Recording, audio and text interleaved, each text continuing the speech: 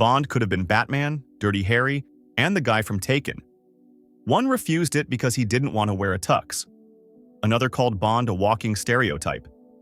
This is the list of actors who told James Bond to get stuffed, and some of their reasons are downright insane. Rod Taylor was one of the first actors considered to play James Bond. He was on the shortlist to snag the lead role in Bond's very first canonical film, 1962's Dr. No. But Taylor turned it down, claiming that he felt like Bond's character was beneath him. Talk about a bad decision, one that Taylor himself would later acknowledge. "Every time a new Bond picture became a smash hit, I tore out my hair," he reportedly claimed. Taylor would go on to star in several famous movies, such as 101 Dalmatians as the voice of Pongo and Alfred Hitchcock's The Birds. His final movie role was as Winston Churchill in Quentin Tarantino's *Inglourious Basterds*. Producers also considered Cary Grant for the role of James Bond in 1962's Dr. No. And how could they not? An English actor, Grant was one of the greatest stars of classic Hollywood, a huge box office draw, and was known for his debonair demeanor and on-screen charisma. The man looked good in a tuxedo, but Grant only wanted to do one film and felt, at 58 years old, he was much too old for the part. The lead role in Dr. No famously went to Sean Connery, who set the standard for Bond. To this day, he's widely regarded as the greatest actor to ever portray Bond. When Connery announced that he was done playing Bond after 1967's You Only Live Twice, the search began for the new Bond. And one of the actors in the running was Michael Caine. Many modern viewers only know Caine for his iconic roles during his twilight years, like The Muppet Christmas Carol, Austin Powers in Goldmember, and almost every Christopher Nolan film, including the Dark Knight trilogy. But long ago, back when he was still a young British gentleman, Caine was a viable contender to play Bond in the 1969 film On Her Majesty's Secret Service.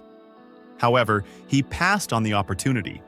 Caine had recently played British spy Harry Palmer in 3 films and was worried that playing Bond would pigeonhole him in espionage films. Michael Caine wasn't the only actor considered for the role of Bond in On Her Majesty's Secret Service.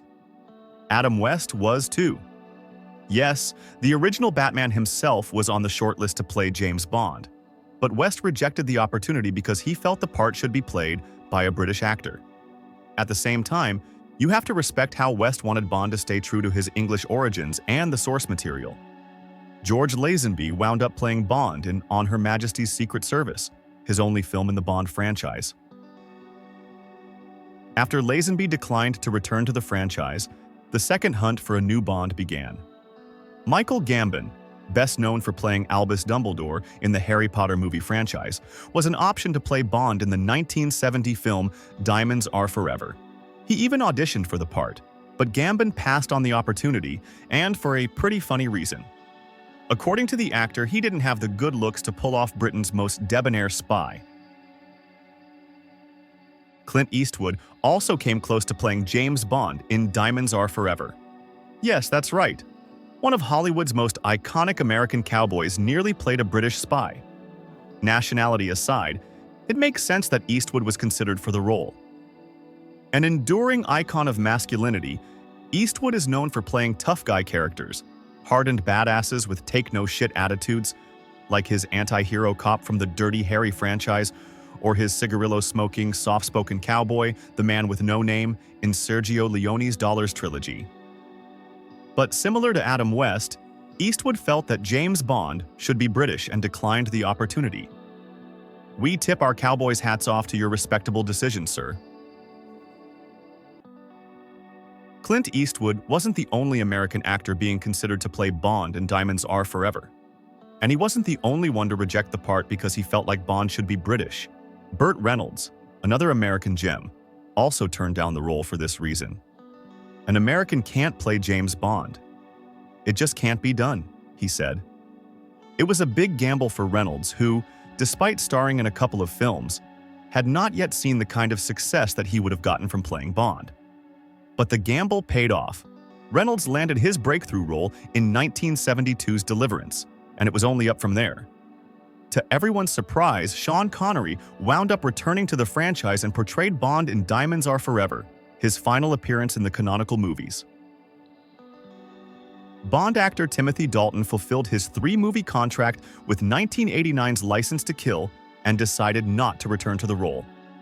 Once again, the search for the new James Bond began for the upcoming 1995 film, GoldenEye. At that time, Liam Neeson had just starred in Steven Spielberg's masterpiece, Schindler's List. Now an established star, he was a viable contender for the role of Bond. As the story goes, Neeson refused the role because he wasn't interested in starring in action movies. But in reality, his girlfriend and eventual wife, the late Natasha Richardson, wouldn't have married him if he took the part. Neeson did eventually break into the action genre, though, starting with 2008's Taken. Pierce Brosnan would ultimately land the role of Bond in GoldenEye, becoming the definitive Bond for the millennial generation. With Die Another Day, Pierce Brosnan fulfilled his 4-movie contract as Bond. Production quickly moved forward with the next film, Casino Royale, which wasn't originally intended as a reboot. The film was actually written with Brosnan in mind. Brosnan was even in talks with Eon about reprising his role as Bond. Negotiations, however, fell through when Eon decided to go a different route with the character. Thus began the next hunt for Bond, a search that encompassed over 200 names, and one of those names was Dominic West, known for his role on The Wire and his more recent work on The Crown. West removed himself from consideration, though, when he heard a rumor that Brosnan really was planning to return as Bond. But obviously, that's not what happened. Christian Bale was another option on that 200-name list for Casino Royale. Yes, once again, Batman was in consideration to play Bond. But like Adam West, Bale also passed on the opportunity, and his reasoning was much harsher than Dominic West's. Bale felt that the character embodied every despicable stereotype about England and British actors. He also said that he had already played a serial killer in American Psycho, implying that Bond is nothing more than a murderous lunatic. Sure, Bond and Patrick Bateman both wear sharp suits while murdering people, but we'd say Bond is a far cry from American Psycho's axe-wielding Wall Street lunatic.